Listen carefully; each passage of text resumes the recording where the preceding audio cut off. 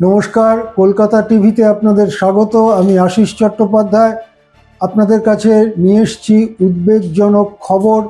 বিশ্বে আন্তর্জাতিক যে ক্রুড পেট্রোলিয়ামের দাম তা দুদিন আগেই মনস্তাত্ত্বিকভাবে চাপ বাড়ানো $100 ছুঁয়েছে।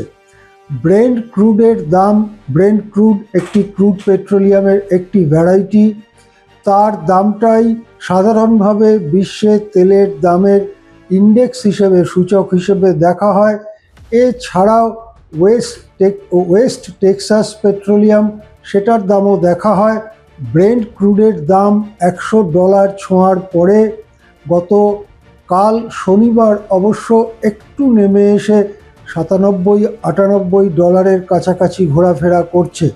অর্থাৎ গত এক সপ্তাহ বা 10 দিনের মধ্যে এই দাম $70 আশেপাশে থেকে $100 আশেপাশে এসে দাঁড়িয়েছে।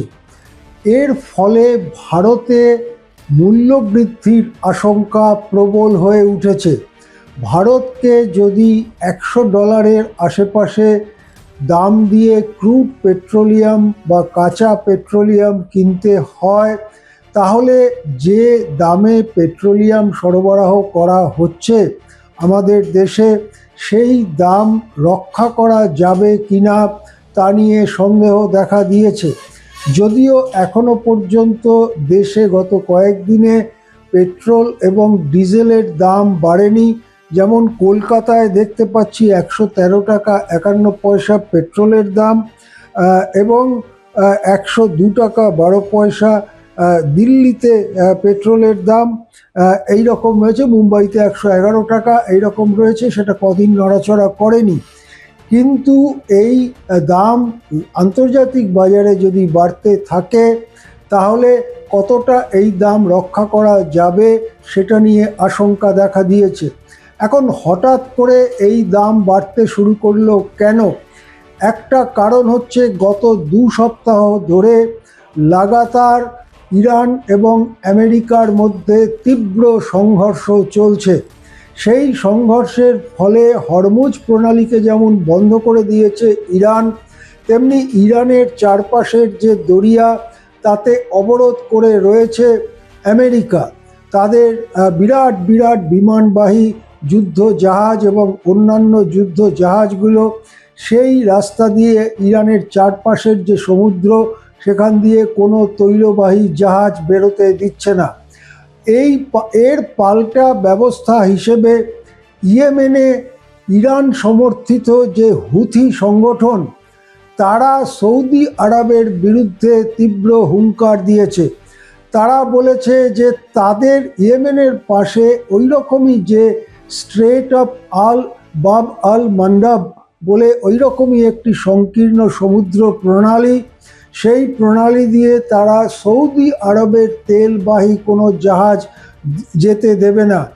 শুক্রবার যে খবর আসে, সৌদি আরবের 3টি তৈলবাহী জাহাজ, তার মধ্যে 2টি ভারতের দিকে আসছিল, একটি চীনের দিকে যাচ্ছিল, সেই 3টি জাহাজকেই আক্রমণের হুমকি দেয় হুথি এবং তার ফলে সেই জাহাজগুলো ফিরে যেতে বাধ্য হয়।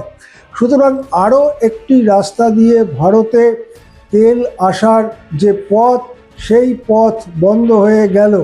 এখন এই পরিস্থিতিতে ভারতের তেল সংকট বেশ গুরুত্বপূর্ণ চেহারা ধারণ করেছে। এখন এখানে সমাধান কি? একটা হতে পারে ইন্টারন্যাশনাল এনার্জি অ্যাসোসিয়েশন বা IEA, তারা তাদের যে সঞ্চিত তেল ভাণ্ডার আছে, তাদের কাছে অনেক তেল একটা বিপদের জন্য সঞ্চিত রাখা হয়, তারা সেখান থেকে তেল ছাড়তে পারে। এর আগে মাস দেড়েক আগে যখন ক্রুড পেট্রোলিয়ামের দাম $100 ওপরে উঠে গেছিল, বেশ খানিকটা ওপরে উঠে গেছিল, $111-12 হয়েছিল, তখন এই IEA তারা 400 মিলিয়ন ব্যারেল তেল বাজারে ছাড়বার সিদ্ধান্ত নিয়েছিল। যেটা জানা যাচ্ছে এই বিপুল তেলের সবটা এখনো ছাড়াও হয়নি, বরাদ্দও হয়নি এবং যতটুকু ছাড়া হয়েছে তার পুরোটা ব্যবহৃত হয়নি। সুতরাং তারা যে আগে সিদ্ধান্ত নিয়েছিল 400 মিলিয়ন ব্যারেল বা 40 কোটি ব্যারেল ক্রুড পেট্রোলিয়াম বাজারে ছাড়বে, সে তার বাকি অংশটুকু তারা ছাড়তে পারে বা আরও বেশ কিছু তেল তারা ছাড়ার সিদ্ধান্ত করতে পারে। IEA একটি আন্তর্জাতিক সংগঠন, 35-36টা দেশ তার সদস্য। 1973 সালে যখন তীব্র তেল সংকট দেখা দিয়েছিল বিশ্বে যুদ্ধের কারণে, তার থেকে শিক্ষা নিয়ে পরের বছর 1974 সালে এই সংস্থা গঠিত হয়। তারা সারা বিশ্বে তেলের দাম, তেলের চলাচল ইত্যাদির দিকে নজর রাখে এবং তাদের একটা সঞ্চিত একটা তেল ভাণ্ডার আছে, যে তেল ভাণ্ডার প্রয়োজনে তারা বাজারে ছাড়তে পারে।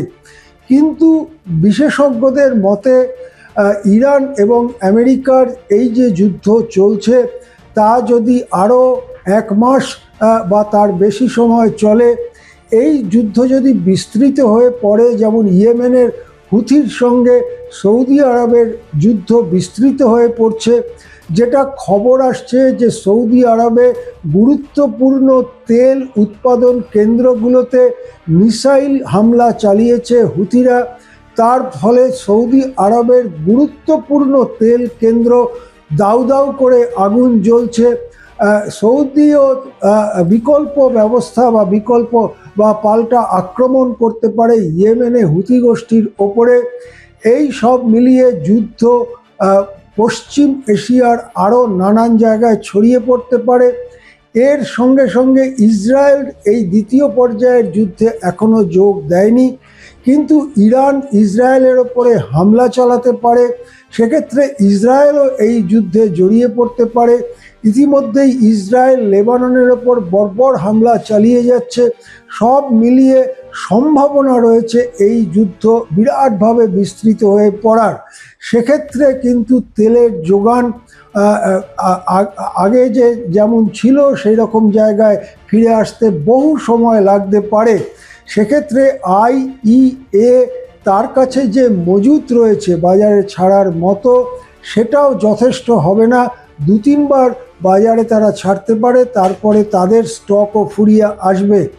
এক্ষেত্রে ভারতের কাছে কতখানি স্ট্র্যাটেজিক রিজার্ভ রয়েছে, অর্থাৎ এই ধরনের সংকটের জন্য ভারতের কাছে কত দিনের মতো তেল রয়েছে, এর আগে কয়েক মাস আগে একটা তথ্যে জানা গিয়েছিল ভারতের কাছে খুব বেশি হলে মাসখানেকের মতো এই রকম তেলের যোগান রয়েছে।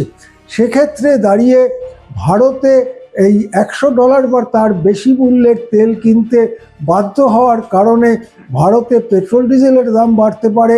ভারতে ন্যাচারাল গ্যাস, যার থেকে এই কুকিং গ্যাস ইত্যাদি তৈরি হয় বা ন্যাচারাল গ্যাসে অনেক ইন্ডাস্ট্রি চলে, তার দাম বাড়তে পারে এবং ভারতের মূল্য বৃদ্ধি ঊর্ধ্বমুখী হতে পারে।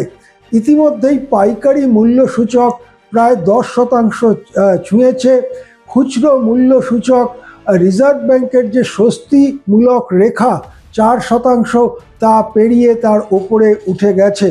এ মাসে জুলাই মাসের পরিস্থিতি যা, তাতে জানা যাচ্ছে মূল্যবৃদ্ধি তো কমছে না, বরং সেটা খানিকটা বাড়ার দিকেই রয়েছে এখনো পর্যন্ত যা জানা যাচ্ছে।